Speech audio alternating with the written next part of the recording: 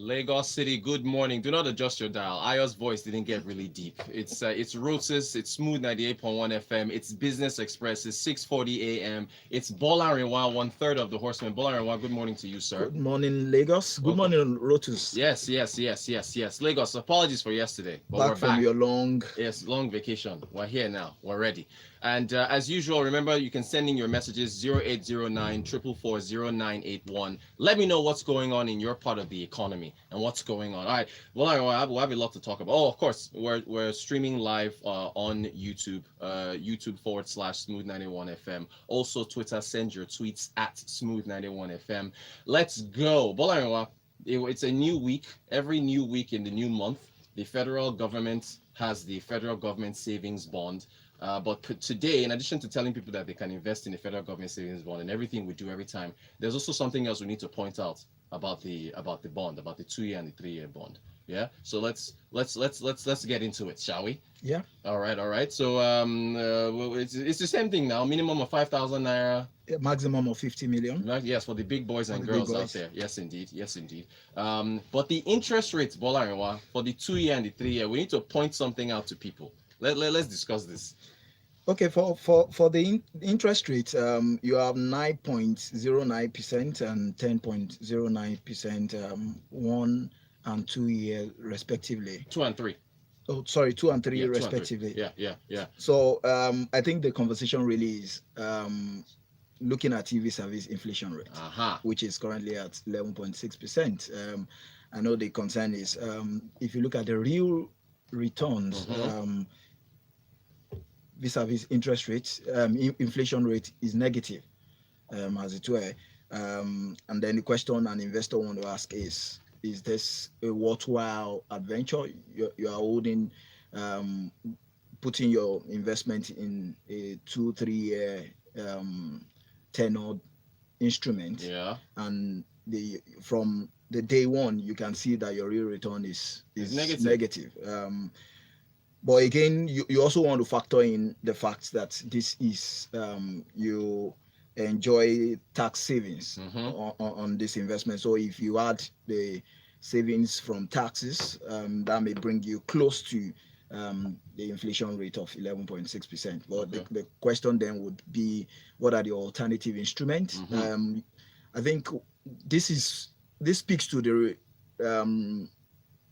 new interest of investors in the equity markets.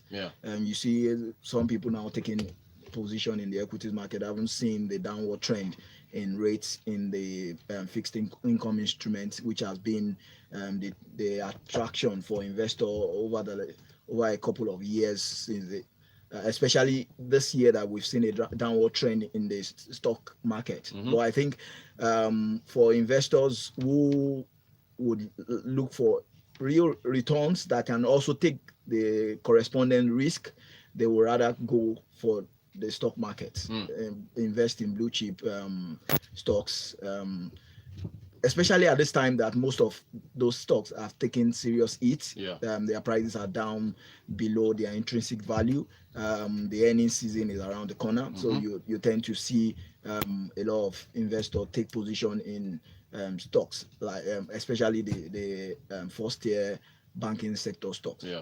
Good stuff. All right, so Lagos, remember, as usual, the window opened yesterday. It closes on Friday. Minimum 5,000 naira. You can actually reach out to a broker and invest, and you get your coupon payments. Let's see, James, Tolu, Emma. Okay, Bolarinwa, help me out here. Okay, they all welcome me back. Thank you so much, James. Thank you, Tolu. Thank you, Emma. Emma says, morning, Rotus. Ati law, ati day. What does that mean? Go and come. See, my Yoruba is getting better. It's getting better little by little. Thank you all. Let's see here.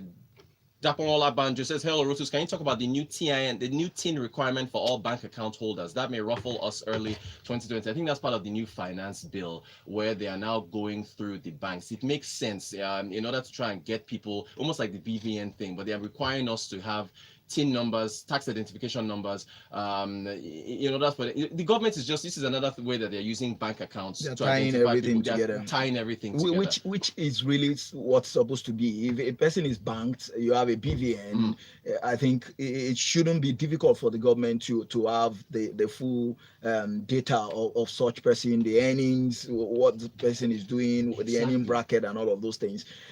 Which now brings us to NIMC and the whole rigmarole with fragmented data all over the place. So it's so it's the same government, different parastatals. Yeah.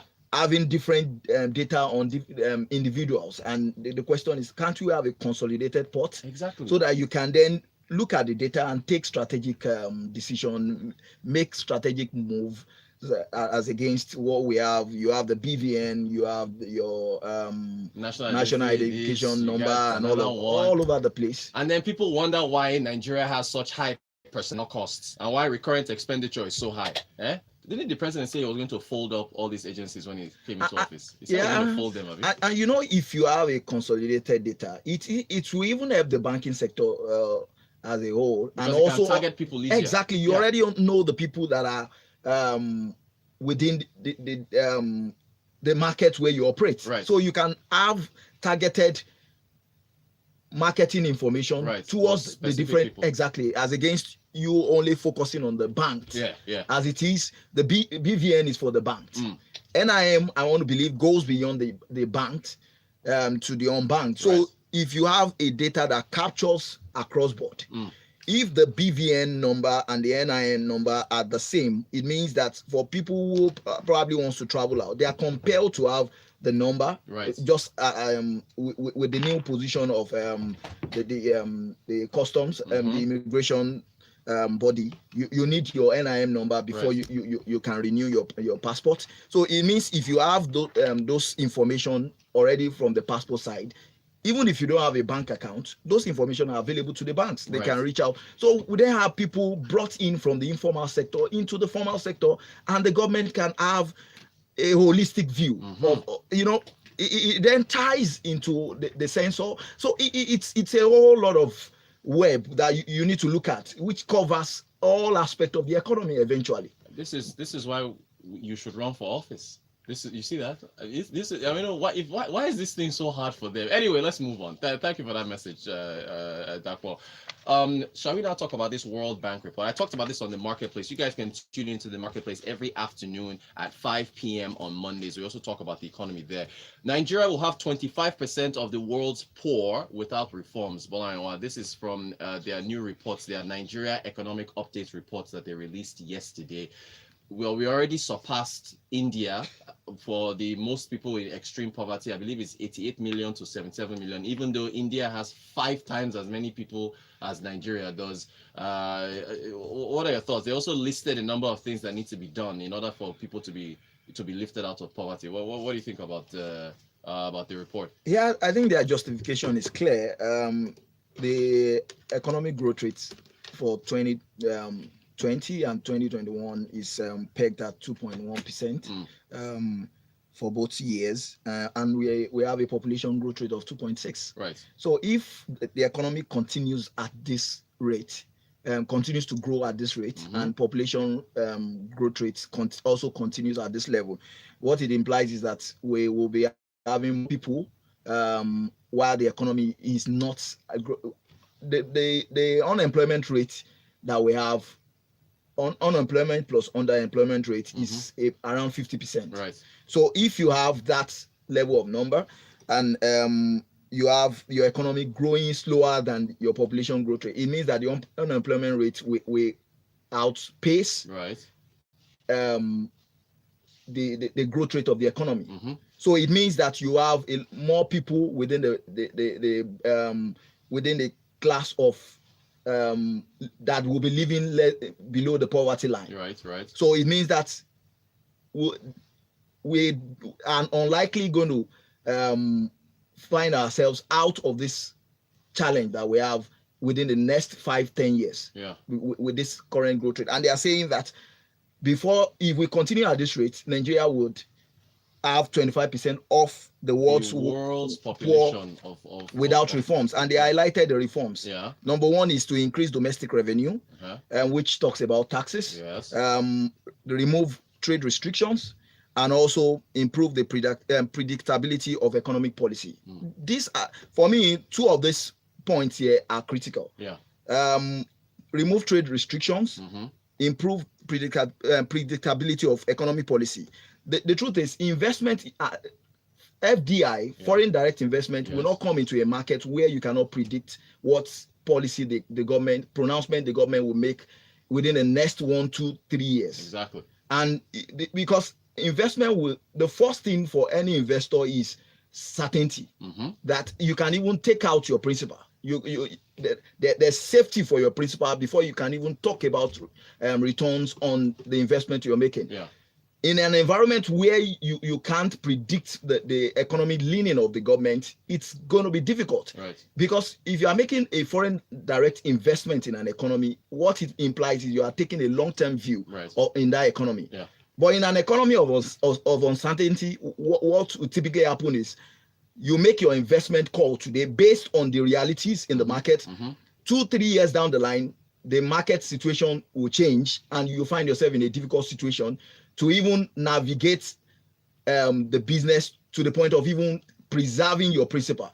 So what they're saying is, if you are going to grow this economy, you need to deal with the fundamental. And this has been a conversation long before now. Some people would take it from the political angle, but it goes beyond the political angle. The World Bank has just taken a view and have told you that at this current trend, the economy would continue to dwindle. And that's the situation. And they talked about increased domestic revenue.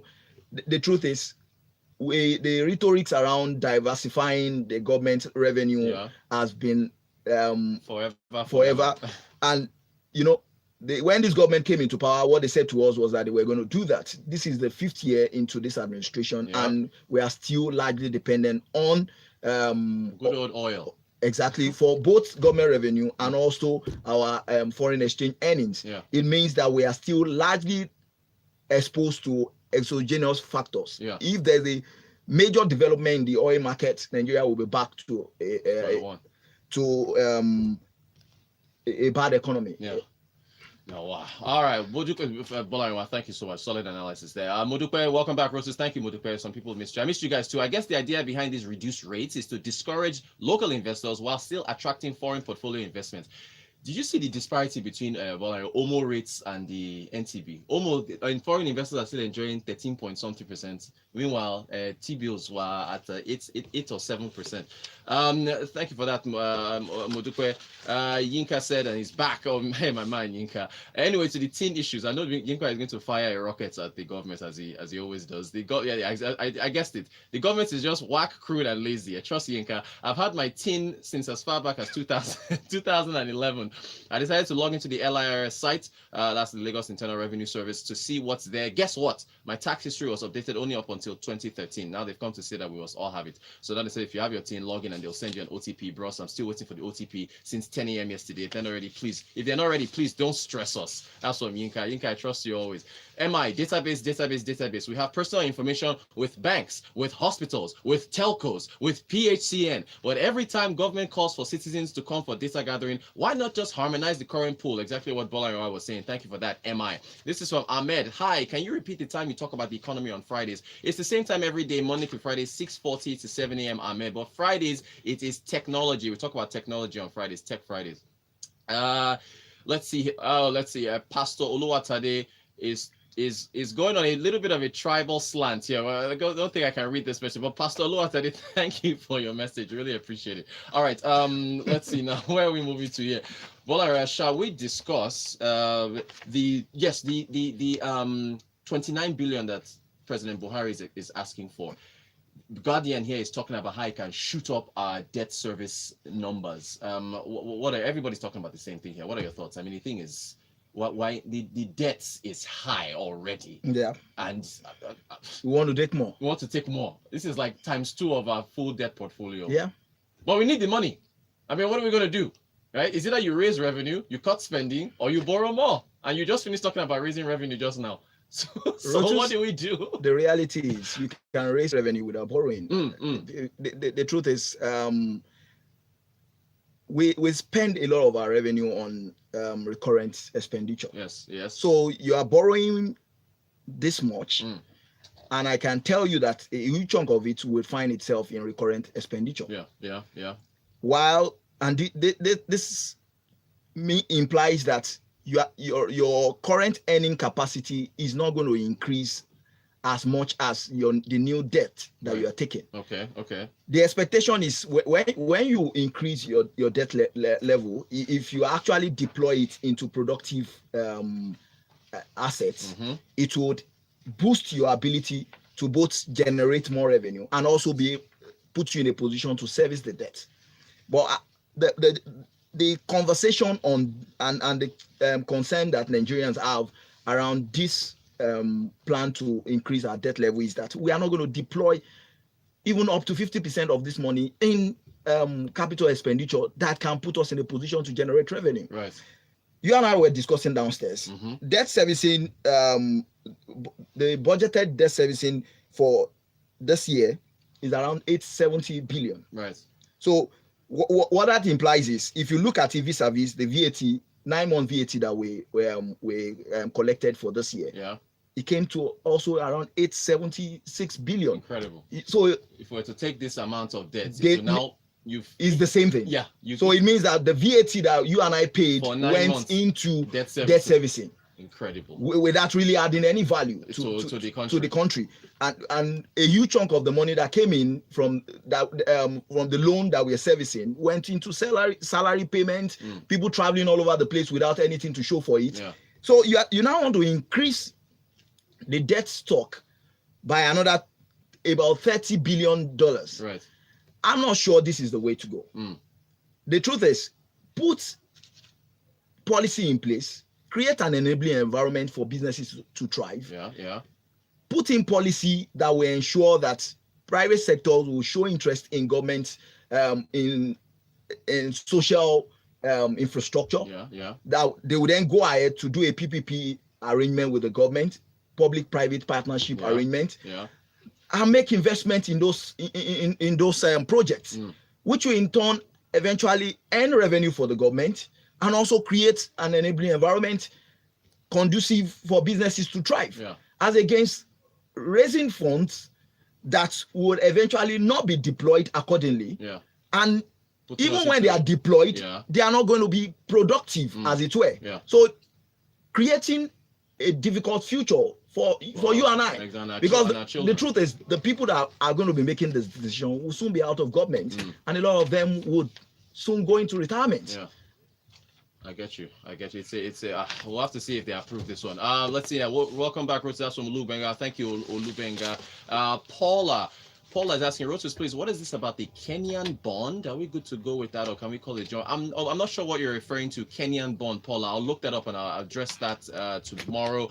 Yinka says, cut spending, stop the subsidies, stop subsidizing religious pilgrimages, cut the civil service numbers, reduce useless ministries, allow for voting. Yinka is on fire here. Yinka, run for office. You got to do that. Kesta, hey, Rotus, welcome back on the tin. I've been waiting for OTP now for 5 days just to get into the LIR site. Ordinary website they cannot fix, yet they're stressing us. A lot of people are complaining about this OTP thing. A lot of people. Let's see here. This is from Musa. The private sector is the loser here and the weeping baby in all these tax policies. Modupe says, speaking of enabling environment, when are we discussing OPay, all right, recent trials in Lagos State? That's another one for Friday. They signed a deal with the National Union of Road Transport. TW, yeah. Imagine. Anyway, we're out of time. Isaac, I see your message. Musa, Modupe, everybody else, Inka, thank you so much for your messages. Thank you to 1/3 of the horsemen, Bolarinwa, for joining us today. I really appreciate you coming in, Bolarinwa. You're welcome. And Lagos, same time tomorrow. We'll see you. Keep it locked here. Of course, coming up next, lots of wonderful music. And then Freshly Pressed. They claim they're the flagship show of Smooth FM, but we know which is the real. Ayo is back. She's laughing. We are the